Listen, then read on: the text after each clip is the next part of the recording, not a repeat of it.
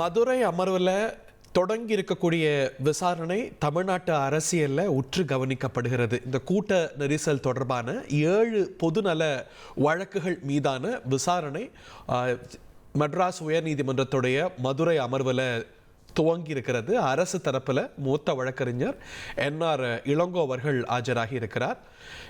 வாத பிரதிவாதங்கள் தொடங்கி இருக்கின்றன. விஜய் குறிப்பிட்ட நேரத்தில் வராததால் தான் விபரீதம் அப்படின்னு மனுதாரர் செந்தில் கண்ணன் முறையிட்டிருக்கிறார். இது தொடர்பான விசாரணை சென்னை உயர்நீதிமன்ற மெட்ராஸ் உயர்நீதிமன்ற மதுரை அமர்வில் தொடங்கி இருக்கிறது. கரூர் கூட்ட நெரிசல் தொடர்பாக பல்வேறு பொதுநல வழக்குகள் தொடரப்பட்ட நிலையில் அவை ஒன்றாக எடுத்துக்கொள்ளப்பட்டு அதன் மீதான விசாரணை தொடங்கி இருக்கிறது. தமிழ்நாடு அரசு சார்பில் மூத்த வழக்கறிஞர் நாடாளுமன்ற உறுப்பினர் என்ஆர் இளங்கோ ஆஜராகி இருக்கிறார். 7 பொதுநல வழக்குகளையும் ஒன்றாக இந்த அமர்வு விசாரித்து வருகிறது. அரசு தரப்பில் வாதங்கள் வைக்கப்பட்டு வருகின்றன. குறிப்பிட்ட நேரத்தை கேட்டிருந்தாலும் குறிப்பிட்ட நேரத்தில் அனுமதி வழங்கியிருந்தாலும் ஒரு நீண்ட தாமதத்துக்கு பிறகு விஜய் இந்த பிரச்சாரத்துக்கு வந்ததே இந்த கூட்ட நெரிசலுக்கும் இந்த துயரத்துக்கும் காரணம் அப்படின்னு அரசு இந்த முறையீடாக வைக்கப்பட்டிருந்தது. 7 பொதுநல வழக்குகள் வெவ்வேறு பிரேயர்ஸோட, இன்னும் சொல்ல போனால் இதுக்கெல்லாம் தடை விதிக்கணும் அப்படிங்கிற பிரேயர் கூட இதில் இருக்குங்கிறது குறிப்பிடத்தக்கது. எப்படி அனுமதி அளித்தீர்கள் அப்படிங்கிற கேள்வி வைக்கப்பட்டிருக்கு. நீதியரசர் கேள்வி எழுப்பியிருக்கிறார். எந்த அடிப்படையில் இதற்கு அனுமதி அளிக்கப்பட்டது அப்படிங்கிற கேள்வியை நீதியரசர் வைத்திருக்கிறார். அனுமதி அளித்தது மாநில சாலையில வேறு எங்க அப்படிங்கிற கேள்வி எழுப்பப்பட்டிருக்கிறது. எதன் அடிப்படையில் எப்படி இந்த கூட்டத்துக்கு அனுமதி வழங்கப்பட்டது என்ற கேள்வியும் வைக்கப்பட்டது. நம்மிடையே இந்த அமர்வில் நடக்கக்கூடிய விசாரணை தொடர்பாக நமது செய்தியாளர் மாரிசாமி இணைகிறார். மாரிசாமி, மேலும் விவரங்களை இதை பற்றி பதிவு செய்யுங்க. இந்த தாவேகா தலைவர், தமிழக வெற்றி கழகத்தின் தலைவர் விஜய் கலந்து கொண்ட அந்த பிரச்சார கூட்டம் கரூரில் அது மிகப்பெரிய அசம்பாவிதம் ஒன்று நடைபெற்று 41 உயிரிழப்புகள் ஏற்பட்டது. அது சம்பந்தமான வழக்குகளின் பொதுநல வழக்குகள் மற்றும் தாவேகா நிர்வாகிகளின் முன்ஜாமீன் வழக்குகளும் இன்று தசரா விடுமுறை கால நீதிமன்றம், மெட்ராஸ் உயர் நீதிமன்றின் தசரா விடுமுறை கால நீதிமன்ற நீதிபதிகள் தண்டபாணி ஜோதிராமன் ஆகியோர் கொண்ட அமர்வில் விசாரணைக்கு வரும் என எதிர்பார்க்கப்பட்டது. அதே போல பட்டியலிடப்பட்டது. இன்று காலை விசாரணை ஒரு 13வது வழக்காக இல்ல ஒரு 7வது வழக்காக கூட அதில் ஒரு வழக்கு இருந்தது.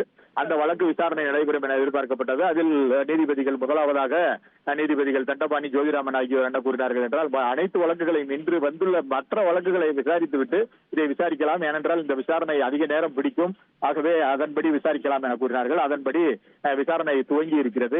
இது மொத்தம் 7 பொதுநல வழக்குகள் இன்று, அதாவது இந்த விடுமுறை கால நீதிமன்றத்திலேயே தாக்கலாகி இருக்கிறது. ஒரு 10 நாள் விடுமுறை நீதிமன்றத்திற்கு அந்த 10 நாளில் ஒரே ஒரு நாள் மனு தாக்கல் நடைபெற்றது. அந்த மனு தாக்கலில் 9 வழக்குகள் இந்த சம்பவம் தொடர்பாக தாக்கல் செய்யப்பட்டது. அதில் 7 வழக்குகள் மதுரையைச் சேர்ந்த சமூக ஆர்வலர் கே ரமேஷ் என்பவர் ஒரு வழக்கு, அதுபோக பிரபாகர பாண்டியன் என்பவர் ஒரு வழக்கு, கதிரேசன் என்பவர் ஒரு வழக்கு, இப்படி 7 நபர்கள் 7 பொதுநல வழக்குகளை தொடர்ந்திருந்தார்கள். இந்த 7 பொதுநல வழக்குகளின் விசாரணையும் தொடங்கியது. அதுபோல் அந்த விசாரணை நடந்து கொண்டிருக்கும் போதே நீதிபதிகள் முதலில் ஒவ்வொரு வழக்காக விசாரித்து உரிய உத்தரவுகள் பிறப்பிக்கலாம் என கூறினார்கள். ஏனென்றால் இது சில வழக்குகள் சிபிஐ விசாரணை கோரியிருக்கிறார்கள். சில பேர் பொதுக்கூட்டங்கள் போன்றவற்றிற்கான வழிகாட்டுதல்கள், அதாவது எப்படி விதிமுறையை விதிக்க வேண்டும் தமிழ்நாடு அரசு, ஏனென்றால் கூட்டம் அதிகமாக கூடினால் என்ன செய்வது, எத்தனை பேர் எப்படி அனுமதி கேட்பது, இதற்கெல்லாம் ஒரு வழிகாட்டு நெறிமுறைகளை வகுக்க வேண்டும் என வழக்குகள் தாக்கலாகி இருக்கிறது. அதுபோக இழப்பீடு கோரி பல வழக்குகள் தாக்கலாகி இருக்கிறது. குறிப்பாக சொல்ல போனால் மதுரையை சேர்ந்த சமூக ஆர்வலர் கே ரமேஷ் என்பவர் 50 லட்சம் ரூபாய் இழப்பீடு, இறந்தவர்களுக்கு 50 லட்சம் ரூபாய் இழப்பீடு பெற வேண்டும் என அந்த அவருடைய பிரேயர்ல அவருடைய கோரிக்கையில கேட்டிருக்காரு. இந்த மாதிரியான வழக்குகள் எல்லாம் தாக்கலாகி இருக்கிறது. ஆகவே அதற்கேற்ப விசாரிக்கலாம் அப்படின்னு சொல்லியிருந்தாங்க, அரசு தரப்புல சொல்லியிருந்தாங்க. ஏன்னா நீதிபதிகள் மொத்தமா விசாரிக்கலாம்னு சொன்னப்ப இந்த மாதிரி விசாரிக்கலாம் அப்படின்னு சொல்லியிருந்தாங்க. அதன்படி விசாரணை துவங்கியது.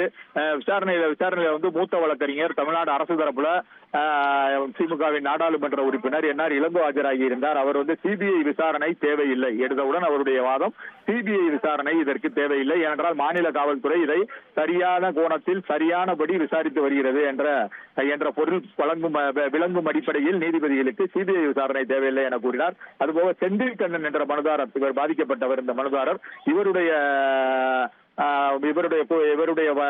வாதத்தில் என்ன கூறினார் என்றால் வழக்கறிஞர், பொதுக்கூட்டங்களின் போது உரிய வழிகாட்டல்களை டிஜிபி பிறப்பிக்க வேண்டும் அப்படின்னு தான் நான் மனு கொடுத்திருக்கேன். அதன்படி ஒரு உரிய வழிகாட்டல்களை பிறப்பிங்க. ஏன்னா ஏதாவது கூட்டம் எவ்வளவு வருது, கூட்டம் அதிகமா இருந்தா யாரை தொடர்பு கொண்டு சொல்றது என்ன, நீங்க எப்படி அந்த கூட்டத்தை இது பண்றது, நெறிமுறைப்படுத்துறது, இதுக்கெல்லாம் ஒரு வழிகாட்டுதலை இது பண்ணுங்க அப்படின்னு சொல்லி வழிகாட்டுதலை முதல்ல பிறப்பிங்க அப்படின்னு டிஜிபிக்கு உத்தரவிட கோரி மெட்ராஸ் உயர்நீதிமன்ற நீதிபதிகள் டிஜிபிக்கு உத்தரவிடணும் அப்படின்னு சொல்லிட்டு அந்த அவருடைய கோரிக்கையை வச்சிருந்ததா சொன்னாரு. அப்புறம் நாமக்கல், கரூர்ல அசம்பாவிதங்கள் நடந்திருக்கிறது. குறிப்பிட்ட நேரம் 12 மணி, அவர் விஜய் வருவதற்கு குறிப்பிட்ட நேரம் 12 மணி, ஆனால் விஜய் வந்தது இரவு 7 மணி. குறிப்பிட்ட நேரத்துல வராததுனாலதான் உயிரிழந்தவர்கள் நீர் இழப்புக்கு அதிக ஆளாகி சோர்ந்து போயிருந்தார்கள். அந்த நேரத்தில் ஏற்பட்ட நெரிசல் உயிரிழப்பை ஏற்படுத்திருச்சு அப்படின்றத அவர் எடுத்து சொன்னாரு. அதுக்கப்புறம் நீதிபதிகள் கேட்கிறாங்க, இது நடந்தது, இந்த பொதுக்கூட்டம் அதாவது பிரச்சார கூட்டம் நடந்தது மாநில சாலையா அல்லது தேசிய நெடுஞ்சாலையா, எப்படி அனுமதி அளித்தீர்கள், எதன் அடிப்படையில் அனுமதி அளித்தீர்கள், யார் யார்கிட்ட என்ஓசி வாங்கியிருக்காங்க, அப்ப எப்படி அனுமதி அளிச்சீங்க அப்படின்னு சொல்லி கேட்கிறாரு. அதுக்கப்புறம் அரசு தரப்பு வழக்கறிஞர், மூத்த வழக்கறிஞர் என்ஆர் இளங்கோ அவரது வாதத்தை வைக்கும் போது எங்களது தரப்பு வாதங்களையும் நீங்க பதிவு செஞ்சுக்கிறணும் அப்படின்னு சொல்லி கேட்டிருக்காங்க. ஏன்னா ரெஸ்பாண்டிங் பூரா போலீஸ் அபிஷியல்ஸ், கவர்மெண்ட் செக்ரட்டரி உங்களுக்கு ரெஸ்பாண்டிங் போட்டிருக்காங்க. இருந்தாலும் எங்களது அரசு தரப்பு வாதங்களையும் நீங்க பதிவு செஞ்சுக்கிறணும் அப்படின்னு நீதிபதிகளுக்கு கோரிக்கை வச்சாங்க. அதுபோக 27ஆம் தேதி செப்டம்பர் 27ஆம் தேதி பிற்பகல் 3 மணி முதல் 10 மணி வரை அனுமதி கோரப்பட்டது. அனுமதி வழங்கினதுல பல குற்றச்சாட்டுகள் வைக்கப்பட்டது. அதாவது வைக்கப்படுது, இப்பயும் வைக்கப்படுது. அனுமதி வழங்கினதுல எங்களுக்கு அனுமதி வழங்கினது நீங்க நாங்க கேட்ட இடம் வேற, இப்ப கேட்ட இடம் வேற, இதெல்லாம் பொருள் விளங்குறது மாதிரி சொல்றாரு அரசு தரப்பு வழக்கறிஞர். அது போக வேலுச்சாமிபுரம் அருகே உள்ள பேருந்து நிலையம் பகுதியில தான் நாங்க அனுமதி கேட்டோம், ஆனா தேசிய நெடுஞ்சாலை அருகே அல்ல அப்படின்லாம் அவங்க சொல்றாங்க அப்படின்னு சொல்லி அரசு தரப்புல அவங்க வாதத்தை வைக்கிறாங்க. தேசிய நெடுஞ்சாலை அருகில் அல்ல, இது நோட்டிஃபைடு இடம் தான் அனுமதி வழங்கப்பட்டதுன்னு, அதாவது அவங்க கேட்ட இடத்துல தான் தந்தோம், அவங்க நோட்டிஃபை பண்ண இடத்துல தான் நாங்க தந்தோம் அப்படின்னு சொல்லி சொல்றாங்க. ஆனா அவங்க தரப்புல அனுமதி வழங்குறத பல குற்றச்சாட்டுகள் இருக்கதா சொல்றாங்க அப்படின்றத அரசு தரப்பு இது பண்றாங்க. அதுபோக குடிநீர் சுகாதாரம்லாம் வழங்கப்பட்டதா அப்படின்னு நீதிபதியை கேள்வி எழுப்புறாங்க. இதை ஒரு சட்டம் ஒழுங்கு போலீசார் இந்த விஷயத்தை சட்டம் ஒழுங்கு போலீசார் சரிவர கவனிச்சாங்களா?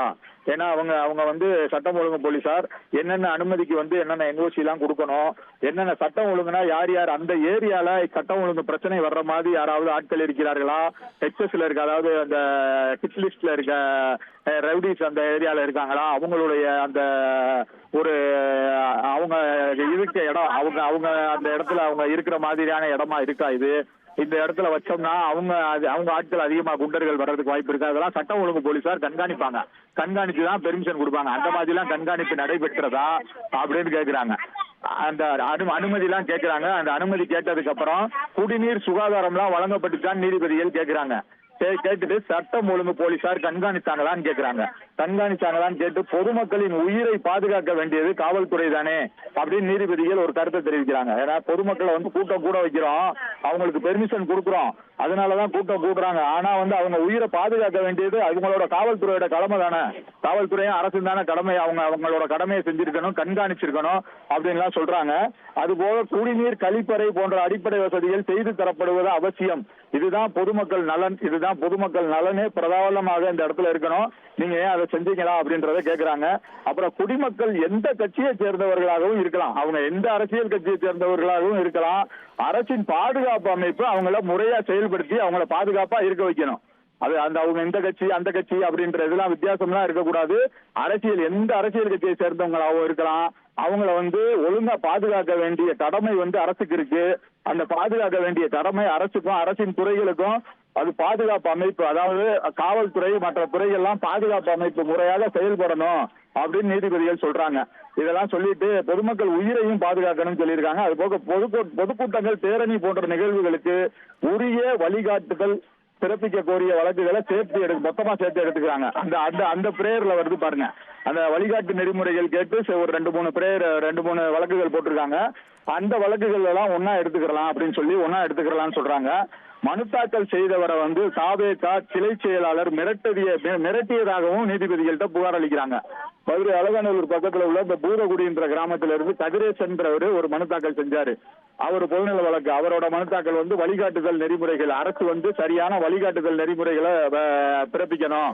ஏன்னா இது வந்து இந்த பொதுக்கூட்டங்கள், மாநாடு இதெல்லாம் நடத்துறதுக்கு முன்னாடி, அனுமதி வழங்குறதுக்கு முன்னாடி இந்த வழிகாட்டுதல்கள் நெறிமுறை கரெக்டா இருக்கணும் அப்படின்னு சொல்லி அந்த மனு தாக்கல் செஞ்சவரை ஒரு 2 தினங்களுக்கு முன்னாடி மதுரை பூதகுடியை சேர்ந்த அந்த விஜய் கட்சி, தவேகாவின் விஜய் கட்சி, தமிழக வெற்றி கழகத்தின் கிளை செயலாளர் போய் அவரை மிரட்டல் விடுத்திருக்காரு. அந்த மிரட்டல் விடுத்தது சம்பந்தமா அந்த கிளை செயலாளர் மனு தாக்கல் செஞ்சவரை நீதிபதிட்ட புகார் அளிக்கிறாரு. அவருடைய சார்பா வழக்கறிஞரும் புகார் அளிக்கிறாங்க. புகார் அளிச்ச உடனே அதையும் கேட்டுக்கிறாங்க நீதிபதி. அப்புறம் SOS தொடர்பான வழக்குகளுக்கு பொதுவான உத்தரவை பிறப்பிப்போம் அப்படின்னு சொல்லியிருக்காங்க. SOSனா அந்த செக்யூரிட்டி பர்பஸ், இந்த வழிகாட்டுதல் நெறிமுறைகள் எல்லாம் சேர்த்து மொத்தமா வச்சு ஒரு இது ஆர்டர் போட்டுருவோம் அப்படின்னு சொல்லியிருக்காங்க. அதே மாதிரி இந்த வாத பிரதிவாதங்களின் அடிப்படையில் வழக்கு விசாரணை நடைபெற்று கொண்டே இருக்கிறது. நீதிபதிகள் தண்டபாணி, ஜோதிராமன் ஆகியோர் கொண்ட அமர்வுல இந்த விசாரணை நடக்குது. அதாவது மனுதாரர்கள் வந்து மதுரையை சேர்ந்த KK ரமேஷ், கதிரேசன், அப்புறம் பிரபாகர பாண்டியன், அப்புறம் வந்து தங்கம், செந்தில் கண்ணன் உள்ளிட்ட ஒரு 7 பேர் மனு தாக்கல் செஞ்சிருக்காங்க. அந்த மனு பூரா விசாரணைக்கு வருது. இது போக இதுக்கப்புறம் இவங்க இந்த 2 பேர், இந்த 2 ஜட்ஜிகள் அடங்கிய பெஞ்ச் முடிஞ்ச உடனே ஜட்ஜிகள் தனித்தனியா ஒரு தனி நீதிமன்றத்தில் உட்கார்ந்து விசாரிப்பாங்க. அதுல அந்த நீதிமன்றத்தில் விசாரிக்கும் போது ஜோதிராமன் அப்படின்ற தனி நீதிபதி அமர்வுல அது வந்து அந்த முன்ஜாமீன் மனுக்கள் விசாரணைக்கு வர இருக்குது. அது தமிழக வெற்றி கழகத்தின் பொதுச் செயலாளர் புத்தி ஆனந்த் மற்றும் இணை பொதுச் செயலாளர் நிர்மல்குமார் ஆகியோர் தனித்தனியா இந்த வழக்கு தாக்கல் பண்ணியிருக்காங்க. முன்ஜாமீன் வழக்கு, ஆன்டிசிபேட்டரி பெயில் அவங்க கேட்டிருக்காங்க. அவங்களுக்கும் இந்த இதுக்கும் சம்பந்தம், இந்த குற்றம் நடந்ததுக்கும் எங்களுக்கும் எந்தவித சம்பந்தமும் இல்லை, நாங்கள் நிரபராதிகள், எங்களை வந்து சிறைப்பிடிச்சீங்கன்னா நாங்கள் வந்து ரொம்ப பாதிக்கப்படுவோம், எங்களின் அன்றாட வேலைகள் பாதிக்கப்படும், பணிகள் பாதிக்கப்படும், நாங்கள் கௌரவமான குடும்பத்தை சார்ந்தவர்கள் என்றெல்லாம் கேட்டு அந்த மனு தாக்கல் பண்ணியிருக்காங்க. அந்த மனுவானது இன்னும் சிறிது நேரத்தில் இவங்க இந்த இது பெஞ்ச் முடிஞ்ச உடனே சிங்கிள் ஜட்ஜி உட்காரும் போது இதே அடுத்த கோர்ட்ல சிங்கிள் ஜட்ஜா உட்காருவாங்க. 2 பேரும் தனித்தனியா உட்கார்ந்து விசாரிப்பாங்க. அப்ப அந்த வழக்குகள் விசாரணைக்கு வர இருக்கிறது. இந்த வழக்குகள் இது தொடர்பான வழக்குகள் எல்லாம் விசாரணை நடந்துகிட்டு இருக்கு. இதுல குறிப்பா வந்து அந்த செக்யூரிட்டி பர்பஸ், பாதுகாப்பு வழிகாட்டு நெறிமுறைகள் தொடர்பாக கேட்டிருக்கக்கூடிய வழக்குகள் அனைத்தையும் ஒன்றா சேர்த்து விசாரிப்போம். அதை பார்த்தோம்னா கிட்டத்தட்ட அது ஒரு 4 வழக்குகள் கிட்ட இருக்கும். அந்த பிரபாகர பாண்டி என்றவர் வந்து என்ன கேட்டிருக்காருன்னா, நெல்லை மாவட்டத்துல விஜய் நுழையக்கூடாது, விஜய் அவரோட பிரச்சார கூட்டம் நடத்தக்கூடாதுன்னு கேட்டிருக்காரு. அப்புறம் கதிரேஷ் என்றவர் பூதகுடி, மதுரை அலங்காநல்லூர் பூதகுடியை சேர்ந்தவர் வந்து பூதகுடியை சேர்ந்த கதிரேஷ் என்றவர் உடனடியா அந்த வழிகாட்டு நெறிமுறைகளை பிறப்பிக்கணும், அது வரைக்கும் எந்த அரசியல் கட்சியும் மாநாடு பொதுக்கூட்டங்கள் நடத்தக்கூடாதுன்னு கேட்டிருக்காரு. இந்த வழக்குகள் எல்லாம் சேர்ந்து ஒரே ஆர்டரா போடுவோம்னு சொல்லியிருக்காங்க. விசாரணை தொடர்ந்து நடைபெற்று வருகிறது. நீங்க சொன்னது போல இது எல்லாமே கரூர் சம்பவத்தை மையப்படுத்திய வழக்குகள் அப்படின்னாலும் கூட பிரேயர்ஸ் வந்து ஒன்னொன்னு ஒவ்வொரு ரகம். இன்னைக்கு இதுல ஆர்டர்ஸ் எதிர்பார்க்கலாமா? இன்னும் கூட சில ஹியரிங்ஸ் போய் தான் நம்ம அதை எதிர்நோக்க முடியுமா? ஆர்டர்ஸ் எதிர்பார்க்கலாம். அதுக்காக தான் சார் இதை வந்து கொஞ்சம் லாங்காவே இந்த செஷன் வந்து லாங்கா போகும். ஏன்னா வந்து 7 மனுக்களுக்கும் 7 வழக்கறிஞர்கள் ஆஜராவாங்க. மூத்த வழக்கறிஞர் NR இளங்கோ ஆஜராயிருக்காரு.